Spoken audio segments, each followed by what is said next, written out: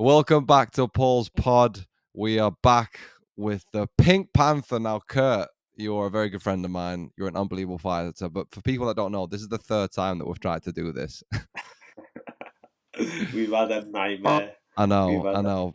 But, mate, this is long overdue. Very long overdue, this podcast.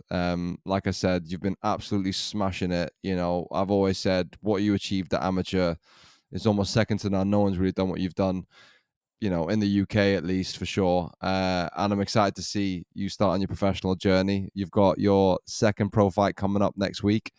How are you feeling, man? yeah, feel unreal. I feel like I obviously I had to pull out from my last fight that was scheduled out with Alexis, and unfortunate. And I feel like obviously I was really gutted that happened last time, and I feel like everything that's just went into is just that extra 1% more in this camp. And I feel amazing. My weight's the best it's been, probably the best shape I've ever been in. So I'm just ready to get it back out there next Saturday, and I just can't wait to show everyone in the whole world what I can do.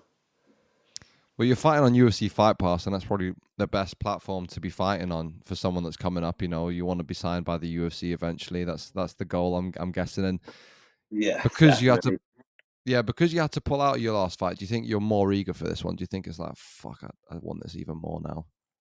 Yeah, I mean, obviously I wake up every day chasing my dream and where I want to get to, but I feel like I haven't been in the cage now. It'll probably be 6 months because of injuries. So I feel like it's just been far too long, and that's where I feel most at home, and where I feel most natural inside there performing for the spectator fans that enjoy watch fighting. And so I feel like that's where I'm most natural, and that's where I feel most comfortable in myself. So I'm just looking forward to get back home next week and take that stage with me. Has it been difficult to have that long period in between fights? Because especially like an amateur, mate. I mean, everyone knows you did 3 weight classes in the whole year. So to go from, you know, slapping fights, and then nothing for 6 months. I mean, has that been a challenge mentally, or? A little bit, just purely because I like to stay active, and at the same time though, my training's been unreal. It's I've leveled up so much. So even though at the same time I haven't been fighting, I have been in the gym. I've been in day out, so I don't feel like I've really missed out on much. And the UK scene hasn't really, not much has happened since. So I'm looking forward to put another massive performance on and spice things up once again. But yeah, I don't feel like it's affected me. And I've had long layouts before, like over a year and stuff like that, when I was a little bit younger, and it was harder to deal with. But now, like, I'm a little bit more older and more, intelligence in the sport, and I'm comfortable with the layoff that I've had because I know I've leveled up so much more.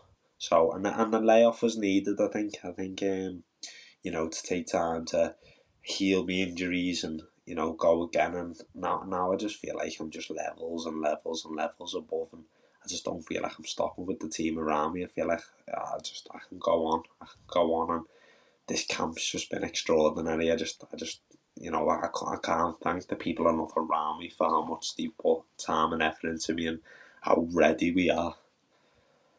What part of camp gets you excited the most? Like, what's the cream of the crop for you when it comes to camp? As in like what session, or just in No, just general? like just in general, like what? Because you know everyone knows camps are hard. I mean, you can sit here and say that you enjoy them and stuff, but we all know they're also very difficult. But like, what is for you the best part of camp?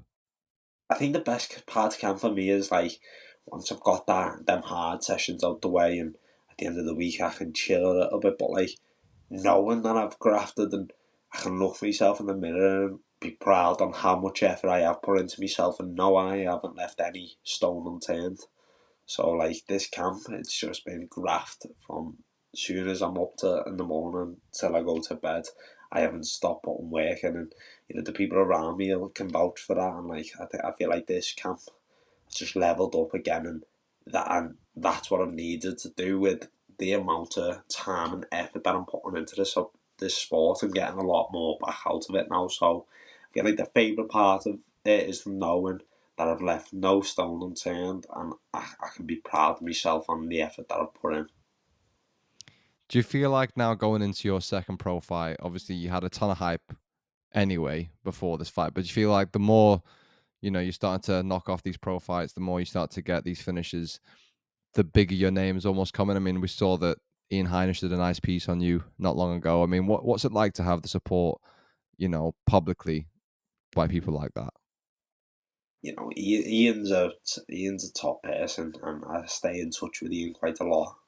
And he's a very good person to have around because he's very well educated in the sport. So to have people like Ian be around me and want to work with me, it's very humbling and very grateful that I do get opportunities like this. And at the same time, it's also, I feel, well, it's about time because I've earned it. I've put the hard work in to get good opportunities like this. So to have people around me and like Ian, it is very, it's hard to put into words, but I'm very, very appreciative of everyone who does everything for me. And I can only say big things is supposed to come. So if you invest your time and your effort into me, you're gonna get twice as much back. And I can only just say for the journey that I'm gonna start, just fasten your seatbelt because it's just gonna be a roller coaster of a time. Do you still think there's people that are kind of overlooking you or not wanting to give you the rep that you deserve? Yeah, 100%.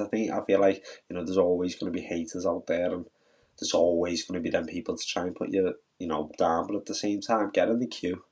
I've had it all my life. I've always had like people doubting me and stuff like that. So I've never ever got pressure on myself, and it's them people that I thank because at the end of the day, from like when situations happen from when I was in school or getting bullied or whatever, it's all character building. I wouldn't be where I am now without them.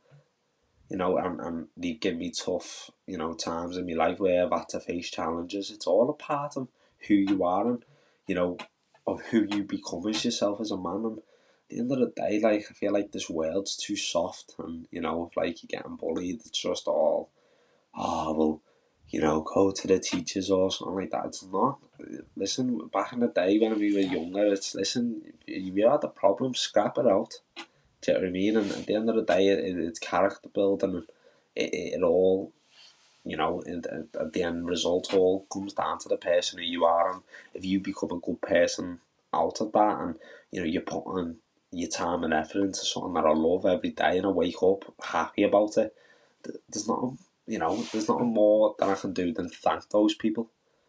Them haters, they're the ones who just put more, more wood into the fire. So they're the ones who is just lighting it even better, and they're helping me level up. So as far as I'm concerned, get in the queue. I'll give you a handshake and thank you. But no matter what, hate me or love me, you've got to watch me. I love the confidence, mate. I love the confidence. So, who are the guys that were kind of helping you understand this mindset, like from a young age, when you were starting to get bullied? Like, who were the people that were helping you to make you realize, okay, well, there's a way to channel all this. Like, there's no way of just crying about it. Like, just get on with it and don't let it define you. Like, who were those people in your life? I only really, with the bullying side, it was massively. I think it affected me mum a lot, and she never wanted that to happen. So the people that have helped me get over this adversity and get over it was only a little, like, to then it was the worst time in my life, but looking at it now, it was only a little hurdle from what I've been through. So I think the main two people that I really got to say thank you to, besides like my family, like my sister and all that, and my mum, that I couldn't thank them enough. But the main two people that stand out is definitely my dad Jay and my coach Kyle. As more as, like, if anyone who knows us, my dad's more the calm one out of Kyle and my dad. But like Kyle, it's like how crazy he is for anyone who knows him. He's a massive role model in my life, and I do look up to him because at the same times he's made mistakes that he'll never let me make, and it's been massive, and they've helped me get through a lot of challenges in life. So for the person who I am, I've got to thank them too. But at the same time, I've been brought up with a good family, with good people around me. So and I can't thank my mum and dad enough for that because they're the ones who have brought me up. So yeah, I think there's always going to be challenges in life, but you're going to hit me and I'm just going to be straight back in your face, hitting you twice as hard, twice as fast. So I feel like whoever you put in front of the cage with me, it's, you're just another person in my way. And that's all I look at it. So I just look forward to everything and look forward to getting older in life and more wise, and because I know what's to come. So yeah, I think definitely with the role models, definitely my dad and Kyle. Yeah, it's fascinating because when you're growing up, obviously you're so young. I mean, I don't know what age were you kind of being bullied at? I think I started getting into Thai boxing when I was 7 years old, and that was because I was getting bullied then. Oh, so it's pretty young. Yeah. So I was. It's funny. I don't even like to use the word bullying, to be honest, because like It's character you, building.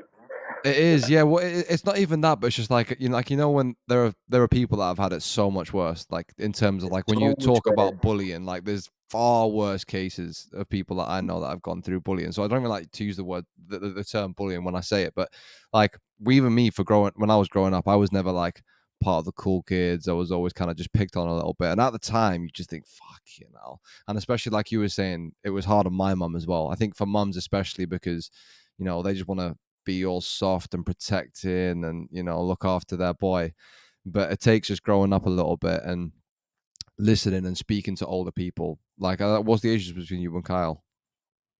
I think Kyle's early 30s now, so Early about 10, 30s. 10, 10 to Yeah. 13 years.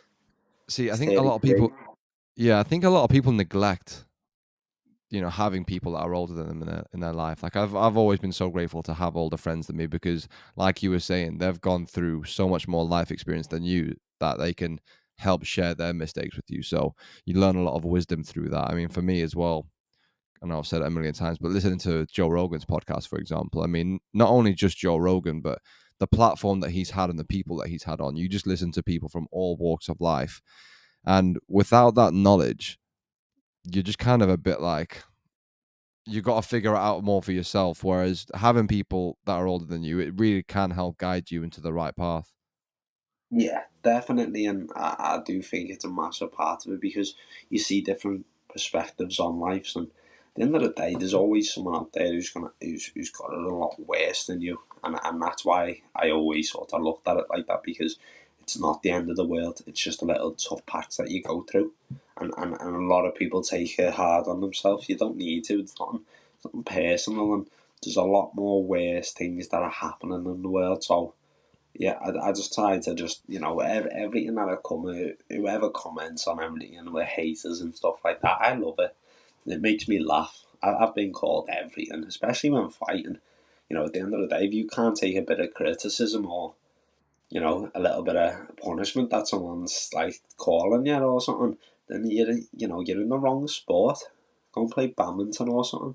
Yeah, I'm not saying badminton's the easy sport, but you don't get as It's much different. critic. You know what I mean? No, no, definitely not. I mean, going to Thailand, did that change your perspective on life?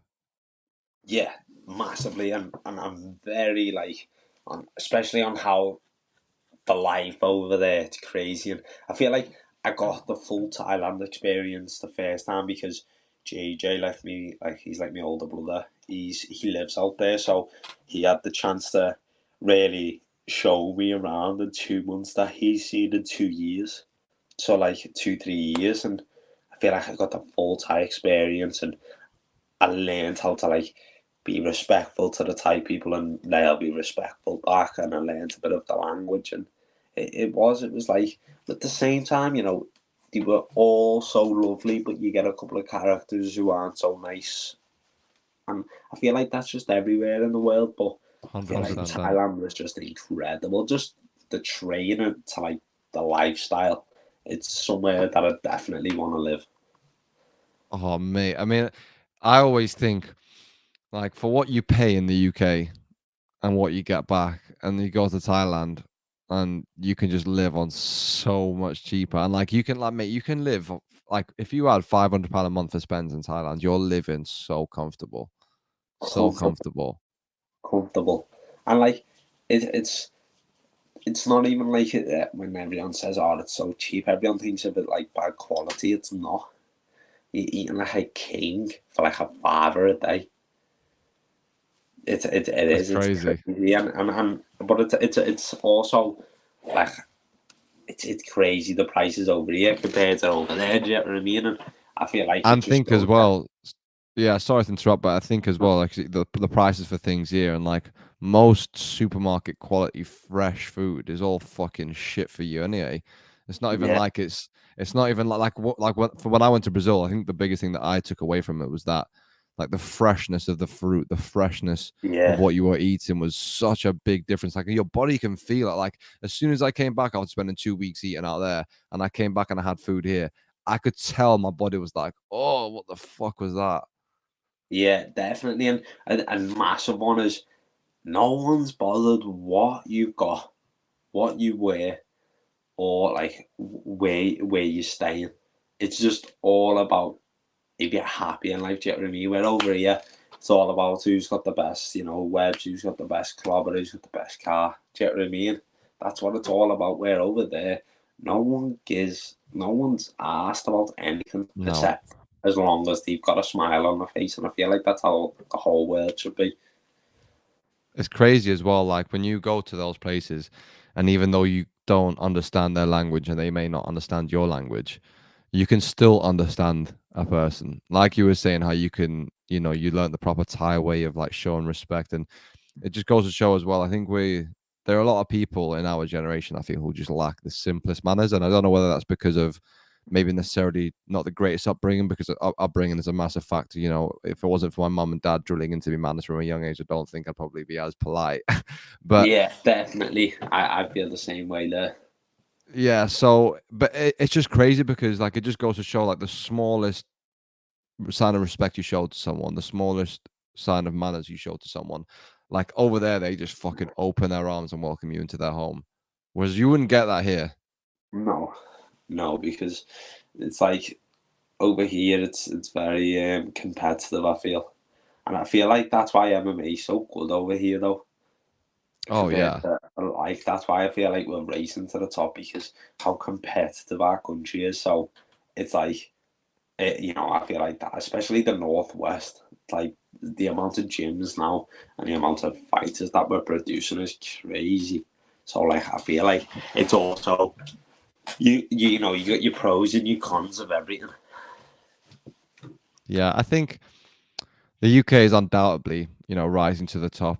There are so many fighters now doing really well in the UFC, doing well in really other organizations as well, not just the UFC. But I do still think there's always going to be a massive, or maybe not massive gap, but the biggest advantage, for example, America has over us is their wrestling community. They're wrestling from fucking school, and that just like when you're wrestling with someone who, if you've been in the UK and you might have had good wrestling training for a few years compared to someone that's been wrestling for 10 years and they're only 23, mate, it's a massive difference. Yeah, definitely. And they get the choice of that in college and stuff like that, where I feel like we don't have that, and it's always still that footy. But like, I think it'd be really good if like schools our age, even started like having boxing or something, like boxing, and you train in school and stuff like that, the way they do, and you compete 100%. against other schools. I feel like that'd stop a lot of like the bickering as well. Do you know what I mean? I feel like our country should support more martial arts in the schools because I feel like it also stop a lot of like the violence in there because everyone will be respectful and that's where you learn respect and discipline. If only it was as simple as that, eh? If If only it only, was as simple if as that. only. It's it's mad because there's still like a lot of, I think, people that don't understand martial arts, they just think, "Oh, mate, it's so violent. Oh, why would I want to Yeah, put them through that?" But it's like, because it's the complete opposite. It teaches self discipline, self motivation, hard work, and like you said, most importantly, it teaches respect. Because once yeah, you actually like, even if you've not done a lot of training, once you've given it a go, at least if you've just given it a go and you've seen how hard it is, and you see how hard people train, and you see when you go on the mats and you look at someone, you think, "Oh, mate, he looks like a little pussy," and then he just slaps you up. Like, it makes you appreciate how anyone, no matter what they look like or what impression they have of you, they could fucking like have the ability to smack you in seconds. So it humbles you because you realize that there's just no need to, like, you never know who you're picking on for starters. You never know what you're getting yourself into, and it just shows like there's no need to be like, you don't need to prove anything. Like that's the one thing that Yeah, I take from fighters is no fighters, obviously not, maybe not no fighters, but a lot of fighters don't have an ego because they don't need to prove it to anyone else apart from other fighters in a competitive aspect. Whereas if you're on a night out and you see people scrapping, 9 times out of 10, that guy has never been in a gym. Someone that just is blown out his head with his ego and is just trying to cause shit.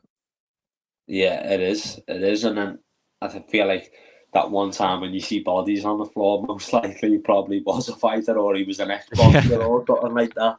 So they get humbled, but yeah, I feel like the main thing for me is I'm not sitting in an office 9 till 5 working myself to a grave.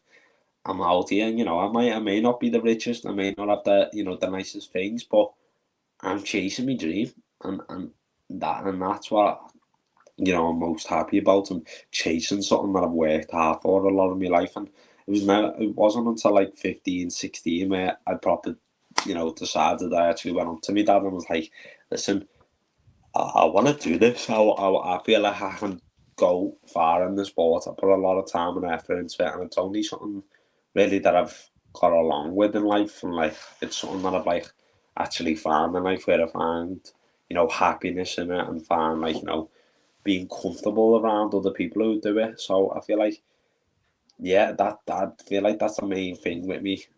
Just I get to chase something that I look forward to do every day. When you were saying it was like 15, 16 that you said that you to Jay that you wanted to take it seriously. Like, what was the moment that triggered your brain to think, "Oh fuck, do you know what? Like, I can actually do this." Like, what was there a specific moment that made you think that, or was it just a culmination of things? Yeah, it was a combination of things, but I remember the moment. So I just won my first Muay Thai. I think this was when I was 14. I won my first world title fight, and then I come home and then I fought MMA like 2 weeks later, and I finished the kid in the second round. And I sort of just sat back to my dad and I was like, "I'm doing well here," and he was like, "I know you are. I know you're doing well." And I was like, I want to give it a shot. And obviously, this was around like the Conor McGregor era and stuff like that. And I was like, this is who I want to be. I think I can do this. And no one, I never thought get this far in it. And I was like, I just want to fight. I want to fight. And that's when I started, like, obviously from a young age, I was going to, I think, I think I was like 12, 11, 12 when I started in Jason's hands. But then I stopped because I broke my leg. Um, and then like I had a couple of years off, and then finally went back when I was around 15. And um, I feel like I feel like that's when it really took off. When I started taking it really seriously, and before school, I think I had to be in school for about 8:30. I think I was running about 8 mile, 9 mile before school every day, and then I'd go school and then I'd train in the night, and it's just because I enjoyed it. Don't get me wrong, I hate running, so I feel like it was a lot to just drop my weight and get skinny. But it's like when I really started to take notice that this is what I want to do in life, and ever since that, I've never ever second guessed it. Do you ever sit back and think, wow, I've gone from this chubby little kid who cried from his first session and had his mum have to push him back on the mat to now arguably one of the biggest prospects coming out of the UK? Um, Yeah, I do think it's a little bit crazy because never ever thought that this is something that I'd do. Because like when I was in school, I always wanted to be like a quantity surveyor. It was just something that I wanted to do. I know you could earn good money and stuff like that through it, but I feel like I'd be bored. I get so bored so easy. So knowing, looking back at that fat kid and looking where I am now, I'm proud of that fat kid because he never gave up. And that fat kid was scary, to be fair. He couldn't have some greatness, and Heavyweight Pink Panther. yeah, and like that I think it was the big deal back then. That's what they used to call me. And like, Big deal. and You know where it come about? It was I weighed in for some fight and I had undies on and it said the big deal and it was an arrow pointing down. It was fucking he was great. He was great, and I feel like that kid is who motivates me day in day out. And you know, because I feel like he never gave up. He didn't have any motivation to work for because he didn't know what he was doing in life, and he never ever gave up, and that's why I'm here now. And she's got that same discipline, same motivation to get to the top. And when I did then, and you know, it might have just been for fitness to just self defense, but he hasn't left. Yeah, and that's the difficult thing as well, isn't it? It's falling in love with it and the discipline to just stay at it, stay at it, stay at it, get knocked down, come back up again. Because I think that it's those moments, isn't it, when something goes wrong, which is what defines you as a person. Yeah, Because definitely. that's when the truest colors come out. That's when it's like that's the truest test. It's all very well and good to be disciplined when things are going well, but when things don't go your way, that's when it's like, okay, how are we going to react to this? Yeah, I feel like that's when you see the best of the fighter as well, because you know if you've lost and you learn to understand the lows aren't that low, the highs No. aren't that high, because at the end of the day, this is why I don't get all fighters my age, young now. They all go celebrating and get off the cake and that after the fights. They get off the banners and stuff.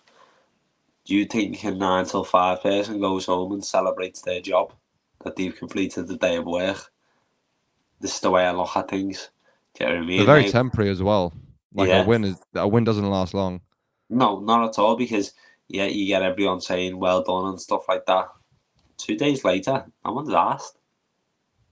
No, and that's the brutal of the sport, that you've got to, take on your chin. No one is asked. At the end of the day, you've made you fought, you've done well. Everyone said well done to you. What else do you want? You need to get straight back in that gym and work towards it, because at this level, at this age, you're nowhere near. Like my journey hasn't begun. My journey will start once I become UFC champion. That's when my journey will start.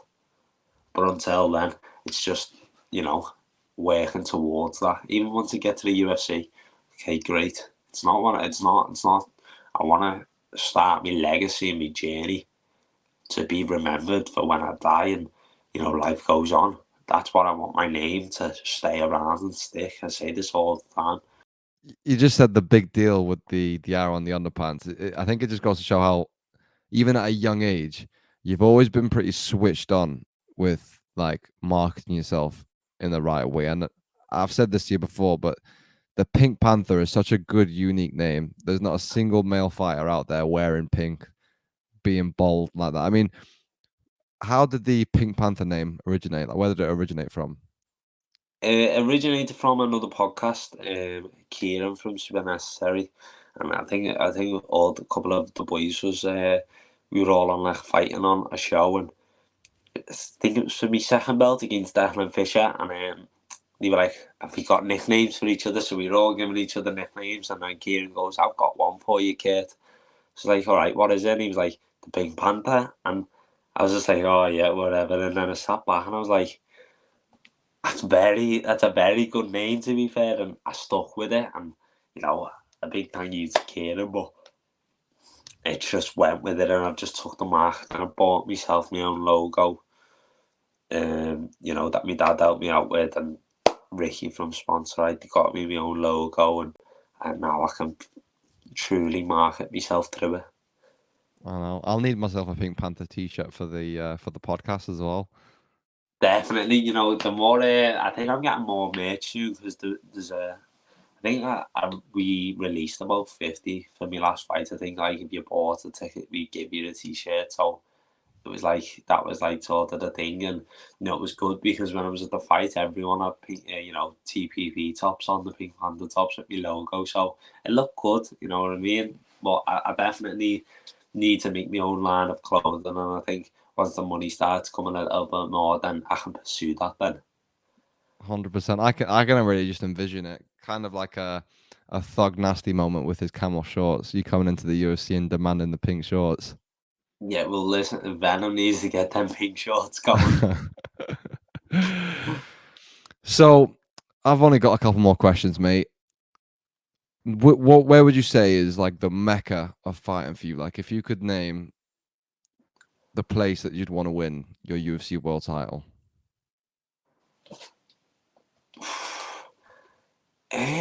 See, I've never ever thought about this. I'd like to fight in the MGM.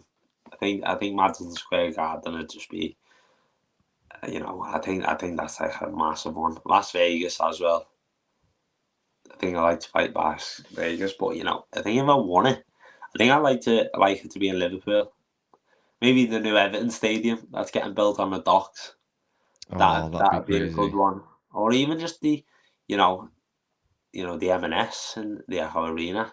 Just somewhere in Liverpool. I think just to have like a home city and bring it belt back home to Liverpool, which no one's ever really done before in the UFC. So I think that's what I'd like to do. Are you interested in fighting outside of the UK before you get to the UFC? Is that something that interests you at all, or? Yeah, definitely. I've fought outside the UK before as an amateur. I've been a lot all over the world to fight. So I think wherever it takes me, if the money's right and the promotion's right, then I definitely will take it. But I'll never know until that opportunity comes. Well, next Saturday, your second pro fight. What's your prediction? See, I never really have a prediction until I'm on my way to the fight, and that's when I really do open up about it. But I feel like it's just a massive finish is coming. Another big finish, another big highlight reel to just put back. That's what I can say is a finish is going to come. Way too hard not to get a finish, and that's where my whole camp's been around. So at the end of the day, I'm not you know relying on a finish. But when that finish comes and when the opportunity's there, I will be taking it with both hands. And I'll be taking his chin home with me. So There we go. Kurtis Campbell, the Pink Panther. Where can people find you, bro? What's your social media? just at Curtis Campbell 12 on Instagram, and then I've got a little link sheet with all my socials in there. So just drop it on there. But yeah, Give him a follow. Kurt, thank you for the time, brother. Do you know what, mate? Even though this is the third one we filmed, I'd say this is the best one. yeah, it's just got better and better every I single know. time. Oh, mate, I'm excited to see your journey, bro. I don't doubt that you'll be in the UFC in the near future. Big shout out to your dad as well. Got a lot of time for your dad, Big J Campbell. He's helped me out a Okay. lot. So big love to the whole Campbell family. To be fair, you let me stay at your house a few months ago. I'm sure I'll be there again at the end of this month too. Yeah, definitely. So always welcome, always welcome. Right. We'll see you with another podcast next week. But for now, take care and peace.